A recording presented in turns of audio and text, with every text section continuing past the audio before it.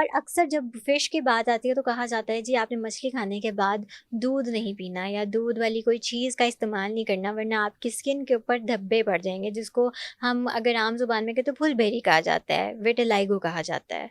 तो ये वाक़ई एक मिथ है या वाक़ई ही फुलबेरी हो जाती है मछली के बाद अगर आप कोई दूध वाली चीज़ खाते हैं या पीते हैं?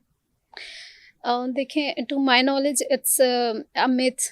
ऐसा कुछ भी नहीं होता कि आपने फ़िश खाई है, दूध पिया है, तो आपने देखा होगा कि जेनेटिकली कुछ बच्चे भी इस तरह के होते हैं अभी हुँ। के छोटी-सी एज में ही उन्होंने कौन-सा फ़िश खा के दूध पिया होता है, तो उनको हो जाती है। बच्चों में भी ये हो सकता है और बड़ों में भी हो सकता है, ठीक है? हुँ। तो ये जो है ऑटो इम्यून कंडीशन कह लें इसको, क्रोनिक ऑटो इम्यून कंडीशन होती है जिसकी वजह से बॉडी के सेल्स जो हैं पिगमेंट प्रोड्यूसिंग जो सेल्स होते हैं, मेलानिन प्रोडक्शन जिनमें होती है, मेलानिन प्रोडक्शन रिड्यूस हो जाती है हुँ। Due to auto immune. Body की अपनी इम्यूनिटी उन सेल्स पे अटैक करती है तो पिगमेंट को रिड्यूस कर देती है, पिगमेंट नहीं बनता तो वाइट पैचेस से बन जाते हैं जिनको हम विटिलिगो कहते हैं। ठीक है, तो ये जो इसकी कोई एसोसिएशन नहीं है। हुँ। हम कह सकते हैं कि इसकी stress, trauma and sun exposure again इसकी रीज़न्स हैं। हुँ। तो किसी भी एज में ये आपको ट्रिगर ऑन हो सकती है कंडीशन पर कि उसका आपकी मछली से कोई जेनेटिक ताल्लुक नहीं है। जेनेटिक एसोसिएशन थी और उसको आप किसी भी एज में आप को कोई ट्रॉमा हुआ, सन एक्सपोज़र ज़्यादा हुआ, स्ट्रेस में गए, कोई भी कंडीशन हुई, तो हुँ। उसके साथ जो है आपको जो है ना ये ट्रिगर ऑन हो जाता है right, condition. Right. It's a myth कि फिश के साथ ये होता है। तो ऐसा कुछ भी नहीं है। तो अगर इसके ट्रीटमेंट की तरफ हम जाएँ तो वैसे तो कहा जाता है कि अगर आपके स्किन के ऊपर एक दफ़ा व्हाइट पैचेस पड़ गए तो ये कभी ठीक नहीं होंगे। तो इसको हम ट्रीट कर सकते हैं या वाक़ई नहीं कर सकते?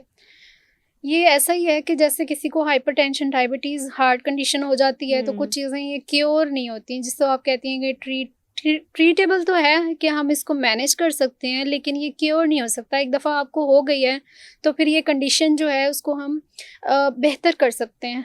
बेहतर तो कर क्योर सकते नहीं हैं। हो सकता और उसको हम किसी हद तक इसको हम लाइटन ऑन मतलब कर सकते हैं, स्किन पिगमेंट उसको बेहतर कर सकते हैं ट्रीटमेंट के साथ। ओके, बट इसको कंप्लीटली क्योर कंप्लीटली नहीं ये किया जा नहीं हो सकता। सकता और मैनेज भी आपने किया, आपको बहुत ज़्यादा डिफ़रेंस आ गया, स्किन जो है पिगमेंट आ गया उसके ऊपर। लेकिन अगर आप उन्हें आफ्टर केयर नहीं की और कुछ मंथ्स तक आप बिल्कुल भी वो केयर नहीं करे, तो ये हुँ। वापस उसमें कन्वर्ट हो जाता है विटिलिगो। White okay. पैचेज़ दोबारा से अपीयर भी हो सकते हैं और ट्रीटमेंट के पूरी बाद। बॉडी पे भी फैल सकते हैं वो जी। आपकी और आपका कलर ख़राब कर सकते हैं। ट्रीटमेंट की तरफ अगर हम इसके आएँ तो कौन-कौन से ट्रीटमेंट्स हैं जिससे इसको मैनेज किया जा सकता है? जी, इसके लिए जो है वो टॉपिकल कॉर्टिकोस्टेरॉइड क्रीम्स यूज़ करवाई जाती हैं। इसके साथ हमें कैल्शियन्यूरिन इन्हिबिटर्स लाइक टेक्रोलिमस यूज़ किया जाता है। इसके अलावा फ़ोटोथेरेपी की जाती है, हुँ। फ़ोटो रेडिएशंस के साथ, यूवीबी रेडिएशंस के साथ। इसके अलावा स्किन के कैमोफ्लेज कहते हैं जिसको हम कह दें कि मेकअप वगैरह से भी इसको स्किन को कवर किया जा सकता है। तो इसका एक इमोशनल फैक्टर भी है जो पेशेंट इस चीज़ से गुजरते हैं, हुँ। Melasma, freckles and all conditions, तो ये भी एक चीज़ है कि वो ट्रीटमेंट में शामिल है कि उनको एक साइकोलॉजिकल भी आप डील करते हैं। राइट। अच्छा अगर एक एवरेज की मैं बात करूँ तो जो हमारे विटिलिगो के पेशेंट्स हैं उनकी क्या एवरेज होगी? आपके पास भी डेफ़िनिटली ट्रीटमेंट के लिए लोग आते हैं, तो अगर आप डेली बेसिस पे बात करें, तो कितने पेशेंट्स तक आपके पास आ जाते हैं विटिलिगो का जिनको इश्यू है?